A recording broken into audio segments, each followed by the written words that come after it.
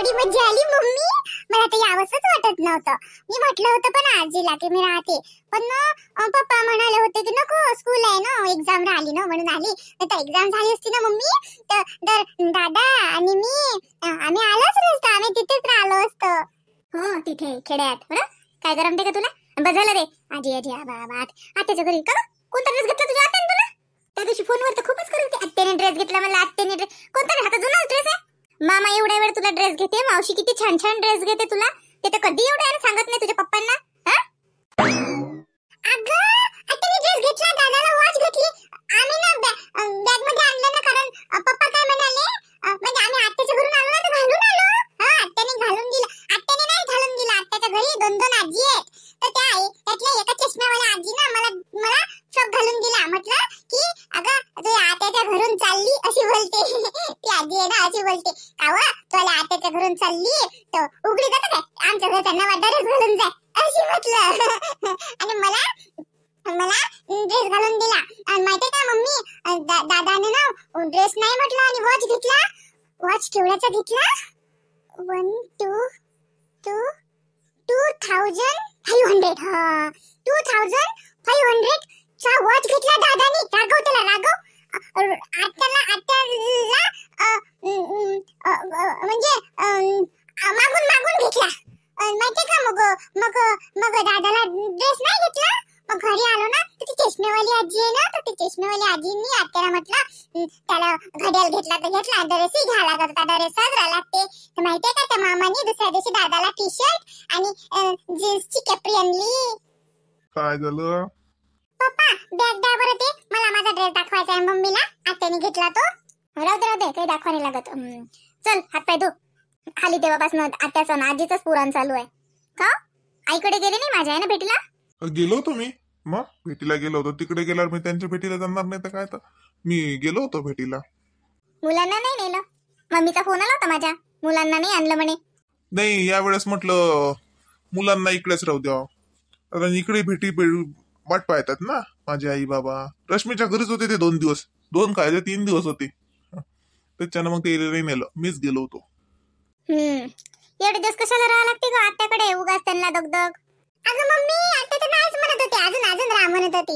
आत्याच्या घरी खूप मजा येते मम्मी, आत्याच्या घर ना खूप मोठं आहे. आणि माहितीये का आपल्या मामाच्या घरापेक्षाही मोठा आहे. माहितीये का आम्ही ना आता या समर वेकेशन मध्ये आत्याकडे जाणार आहे. आम्ही ठरवलं दादानी आणि मी. काही का उगाच नेहमी जाऊ नये कोणाच्या घरी. चला उघडा हात पाय धुवा. पप्पा मम्मी म्हणते नेहमी कोणाच्या घरी जाऊ नये, मग नेहमी मामाकडे कशाला जायचं? हो ना, मग पप्पा नेहमी कोणाच्या इथे नाही जायचं, तर मग पप्पा आजी आणि आप्पाजीकडे जायचं, कारण ते तर आपलेच घर आहे ना, आपलंच घर आहे ना ते पाहुण्यांचं घर नाही. मग नेहमी आत्याकडे पण नाही जायचं आणि नेहमी मामाकडे पण नाही जायचं, आजी आप्पाजींकडे जायचं. हो ना पप्पा? ये इकडे हात पाय धु. लय जागो झाली, फालतू पाठवलंय लेकरायले. मला माहित सुचना ती ना पाठवलं ना, माझी सासू तशीच आहे, लेकरायले हेकलेशीना चोपडेपणा. हे लेकरे तर काय अक्कलच नाही, बापासारखेच आहेत टाकाच्या वगार. त्या रश्मीच्या घरी एवढं काय लस लेकरं अगं बाई, फालतूच पाठवले मी. अगं फ्रेश हो इकडे. मम्मी हा दे ना मम्मी. मम्मी आत्याच्या घरी 2 आजी आणि 1 आपाजी आहेत, आणि आपली आत्या एक मोठी आत्या, आपले मामा एक मोठे मामा, असे 2 मामा पण आहेत तिथं. आणि माहिती का मम्मी आत्याच्या घरी ना 2 गाड्या आहेत, 2 गाड्या. हो एक मोठ्या मामाची गाडी, एक मामाची गाडी, आणि त्या आप्पाजींची पण एक आप्पाजी पण 2 व्हीलर गाडी, 2 व्हीलर.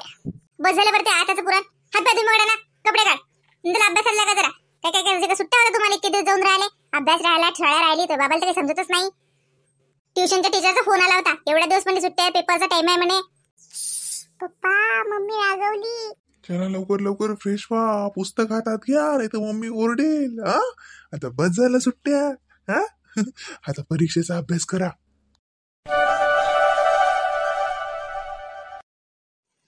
माय बाई उन्हाच्या कुठे चालल्या हो शांताबाई, उन्हातच कुठे हिंडून राहिल्या माय ध्यान नाही.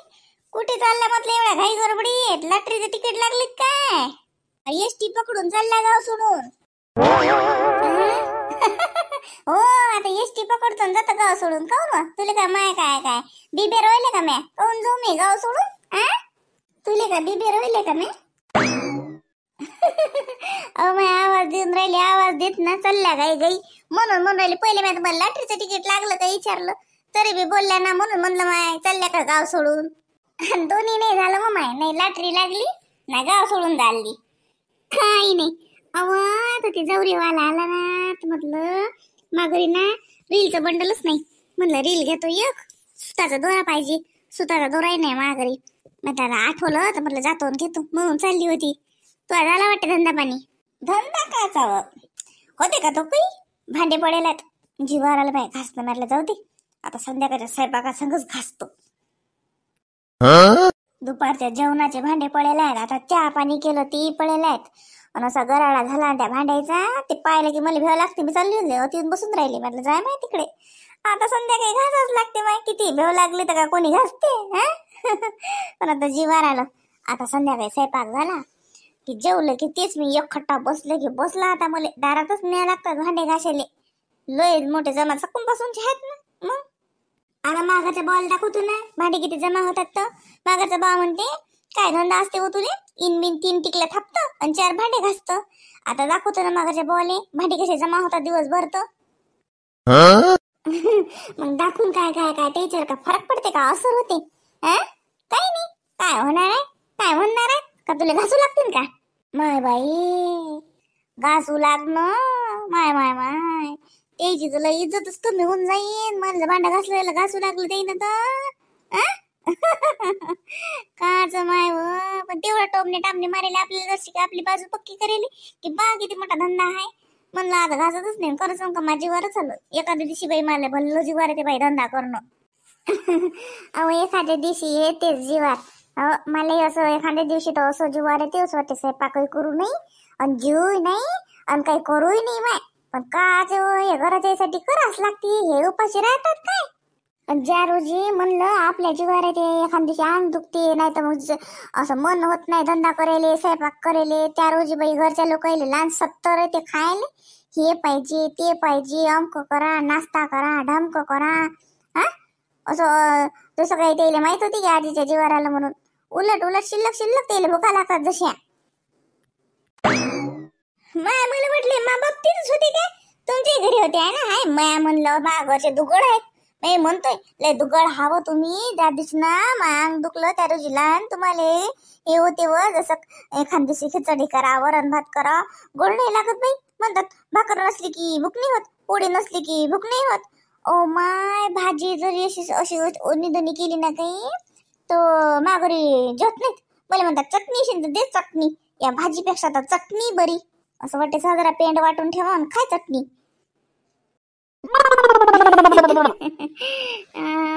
काय करता आता हाय म्हणतात ना मीनाच्या घरचं बारशाचा कार्यक्रम नाही व. त्या श्रावणीचे पेपर झाल्यावर आहेत ना उन्हाळ्यात लेकरेल सुट्ट्या लागले की. कोण तुला कोण सांगलं? हो ना. मग आता मी मग गेलती ना माय. आता ती बसेली आज मी फिरस्ती जाव काही धंदा केला नाही. घरात काही गमून राहिलं नाही.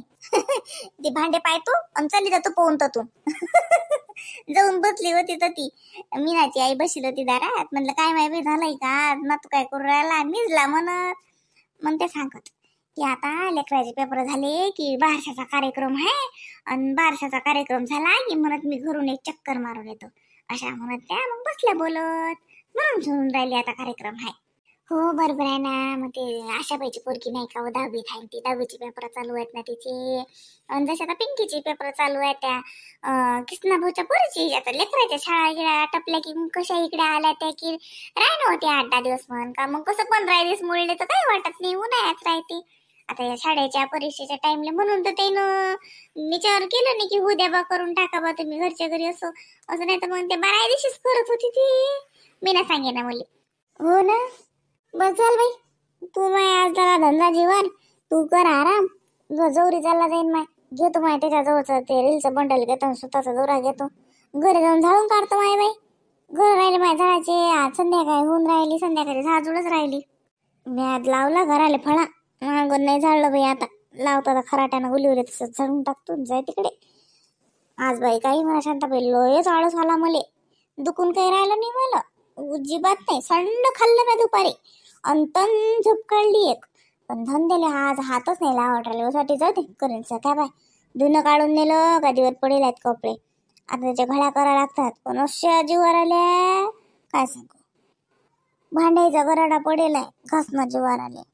घर झाडले तर काहीच मिळायला मिळ नाही, पण काहीतरी लावा लागते म्हणून फळा लावला घराले.